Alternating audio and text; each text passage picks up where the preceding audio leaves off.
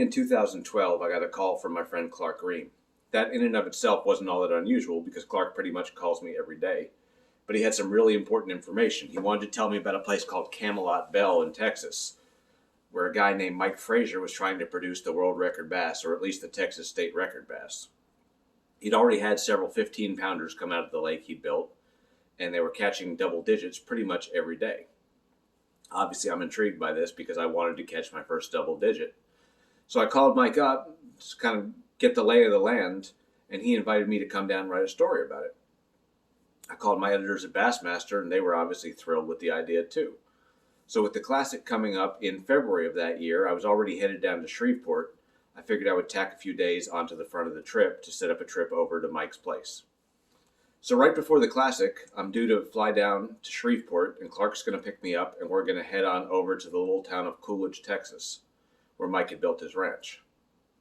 I'm sitting in the airport in Atlanta, and Mike calls me up, and he has bad news. He says, it's been raining so much down here that the little makeshift boat ramp that I've built, I can't get my boat into the water. There's no way to do it.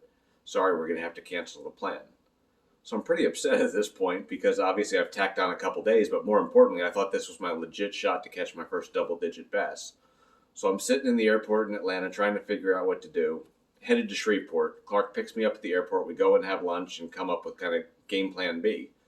I'd left it with Mike that we would reassess in a day or two, but that leaves me and Clark with a bunch of time to figure out what we want to do. So we said, well, we got to head over to Texas anyway. Let's go to Lake Fork. We'll fish at Lake Fork for a few days. We'll hang out there. We get a room at Lake Fork Marina. I had been to Lake Fork for the TTBC, but I'd never actually fished the lake at that point, so I'm pretty excited about that. Of course, being Texas in February and my bad luck, we get a massive cold front that comes through. So we're staying over at Lake Fork, trying to figure out what we're going to do, and Mike calls and he says, hey, it's a go. I can get my boat in the water. Why don't you come on over? Now, because I was heading down to the Classic and I knew it was going to be cold, I wasn't able to pack any fishing tackle. I had to bring all of my thick and heavy clothing to last me through a week on the water on the Red River. But obviously Clark, being a professional fisherman, has plenty of tackle, so I wasn't really worried about that. He was going to hook me up with rods and reels and whatever baits we needed, and we'd have plenty of stuff to take to Mike's. Of course, we needed heavy and weedless stuff at Mike's because his lake is not only filled with giant fish, but it's filled with an amazing array of really gnarly cover. He has old railroad ties and box cars and who knows what else in there.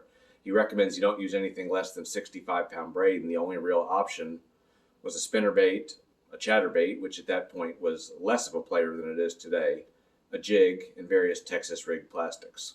So Clark and I drive over from Lake Fork to the little town of Coolidge, and we meet up with Mike, who's a great guy. He had been a scientist in his previous life, and he took that to start a deer breeding program, and he bred these absolutely massive deer.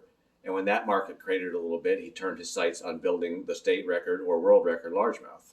And he had a pretty good start on it at that point. He shows us around his place. He shows us around the deer breeding operation, around his ranch house. We're really impressed, but obviously we want to get out in the lake. Now again, I'm the cold front kid. So the day we get there, it's Texas in February. It's about 40 degrees and the wind is blowing about 40 miles an hour sideways. Mike takes us out on the lake, and we knew it was going to be tough. It's Florida strain fish, even if they are his own unique strain, and it's the worst possible conditions, a cold front and leading into post-frontal conditions. So we get out there, we tie on some baits that we think will work, and we start fishing. About halfway through the morning, I hook and lose a 3-pounder. That's the only bite we've had at that point. It's pretty frustrating.